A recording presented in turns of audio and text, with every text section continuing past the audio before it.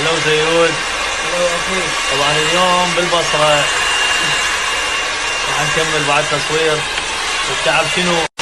والله 4 ايام منازل. زيود طبعا رجع لبغداد وبلش شغله ببغداد، والله يوفقك وان شاء الله احسن كوافير بالعالم. حبيبي.